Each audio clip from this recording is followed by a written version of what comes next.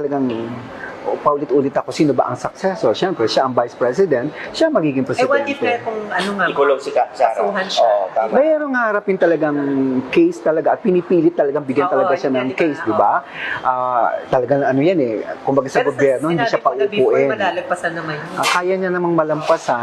And yung impeachment case ba against her, tingin mo magpo-push through? Ayun.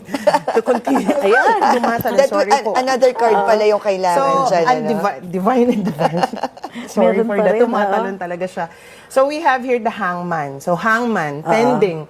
So it's in a stalemate. So kumbaga, Okay. hindi siya moving forward. It's not going to end this way pa. So kumbaga parang nandun lang siya, hanging by the Nakabitin. moment. Yes. With the hangman, hanging by the moment. It's either with someone magkakaroon po siya ng inspired action or maaring hindi pa rin umusad. At ang babae na pinipilit nilang itali at pagdusahin, ayan, ay makakalaya. Dahil isa ibinibintang dito sa babaeng ito po ay ang Vice President. Siya po itinatali, pinipiringan, pero siya po ay makakalaya dyan. Dahil malalaman na ang totoo na siya ay walang kinalaman sa anumang kalokohan tungkol sa mga budget. Yan po ay katotohanan. Ayan, nakita nyo nakapiring. Nakita nyo nakatali ang kanyang mata. Yun po ang ginagawa sa kanya. Pero sabi nga, ang universe ay magpapadala ng mga tunay na tao. Kahit ano pa ang problema, kahit ano pa ang itusok mo dyan. Ayan. Dito, marami ang magsasama-sama po para taong bayan po magsasama-sama muli. Para iangat ang pananalig natin na mabubuksan at mabibigyang hustisya kung nasaan talaga ang puro kaban po, puro pera. Grabe, yaman po pala ng Pilipinas. Kaya magkakaroon si President Bongbong Marcos ng mga unexpected happen. You know? Yan. Kaya abangan nyo yan dahil sinabi ko na noon na 50-50 na kapag nalampasan niya ang taon na yon ay swerte niya. Sinwerte, bagamat hindi pa tapos dahil konting kembot pa ang mga labanan nila ng BP Sara Duterte at ang PBBM ay matindi. Issue, ang mga enerhiya ngayon ay nakapokus sa paghahanda ng labanan at mabilisang karera o karakter o karir nila rin. At ito naman ay issue at tungkol kay Pangulong Bongbong Marcos. Okay? Yan, maraming salamat sa lahat. So, tignan naman natin ngayon kung ano yung nangingibabaw, kung ano yung mga mangyayari. 7 cards. Tignan natin ang 7 cards kung ano ang pwedeng mangyari. No?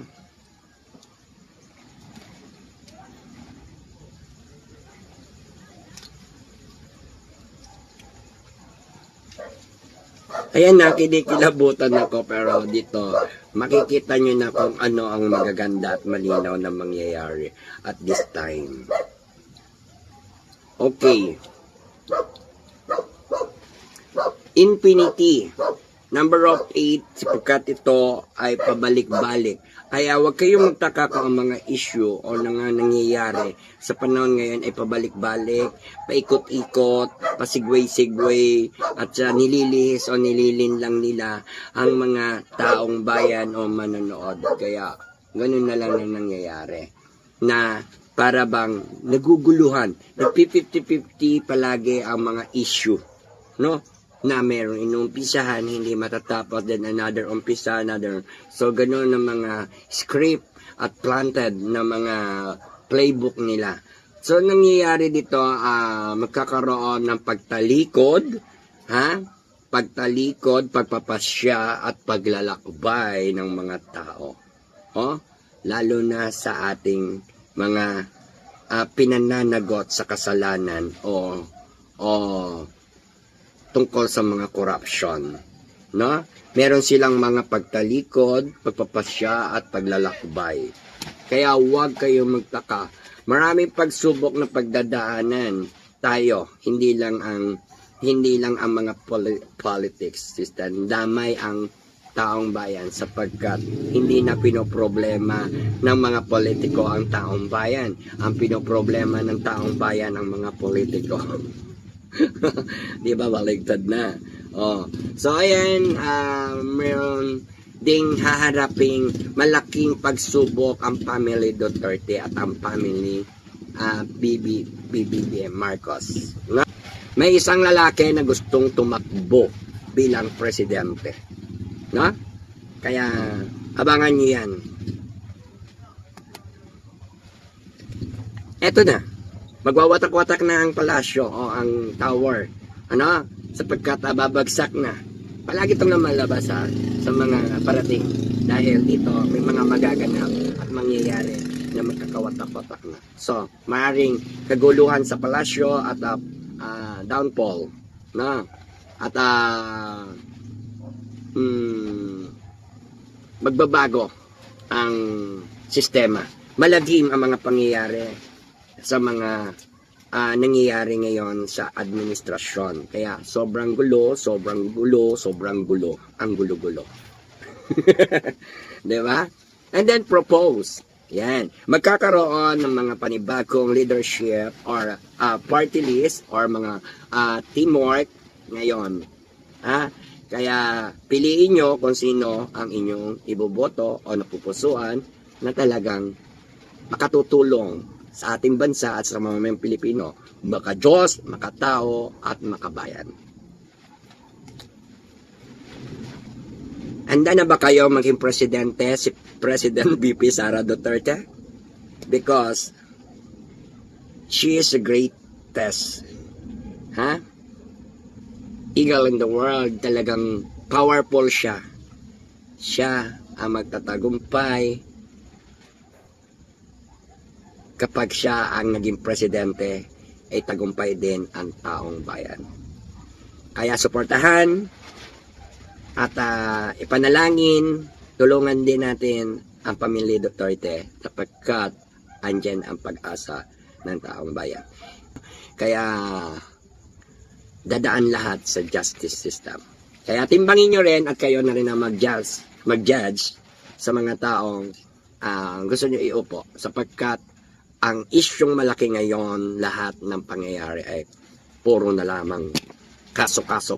Okay, meron tayong mga kailang katanungan. Yeah. Update ko lang to dahil ito ay yung mga nangingibabaw na tanong. Makakalaya pa ba si former President Duterte?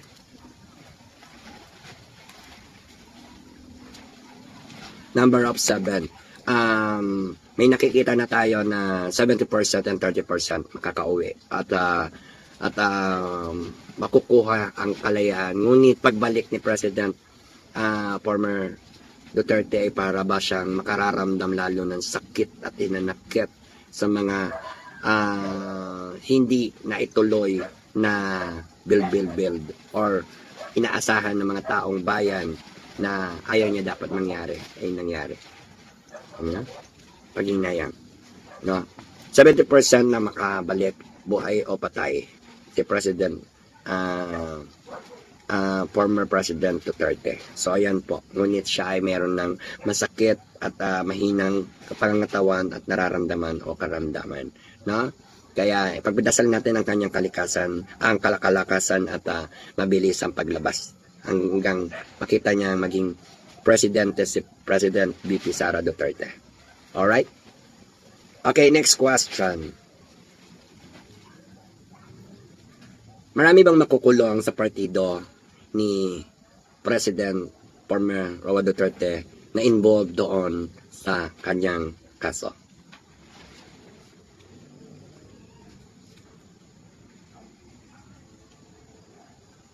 King of Cups.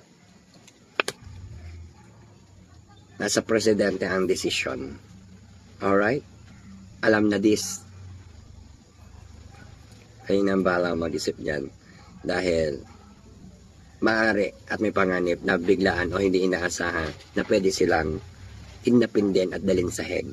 Si President Bongo,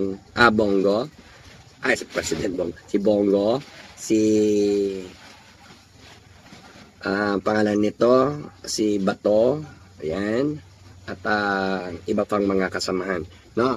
At sila ang maaaring pag-initan din, no? At lahat ng mga partido ng Duterte sa lalaban o lumalaban sa administrasyon ay nasa Pangulo o nasa admin, leader ng admin natin ang posisyon. Alright?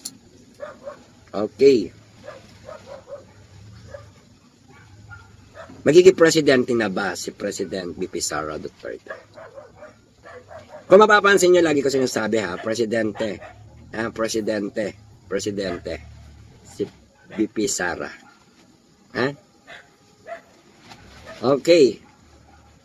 Magiging presidente na ba?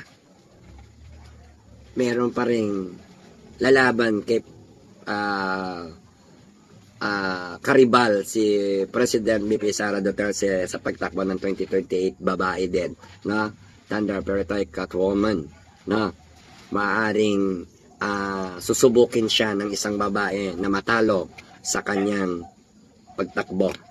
Susubukin, na matalo si President BP Sara Duterte.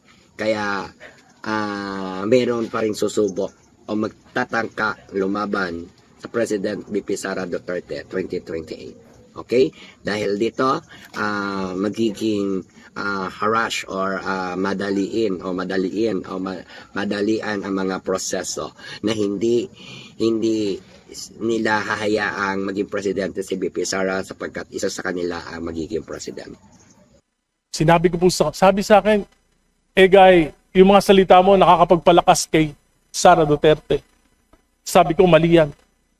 Secretary, ang nagpapalakas kay Duterte ay ang patuloy ng mga palpak na polisiya ng Administrasyong Marcos. Sinabi magpapakulong December 15, nagpakulong ba kahit isa? Sinabi ipapasa yung Independent Commission for Infrastructure na mag-iimbestiga. Pinasa ba? Binola lang kami.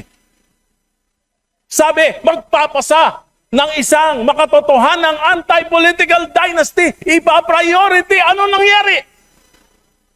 Sa halip na anti-political dynasty ang pinasa ng Committee on Suffrage and Electoral Reforms, ito po ay pro-political dynasties. Hindi lang magpapataba, magpapabundat pa sa mga dinastiya dito sa ating bansa.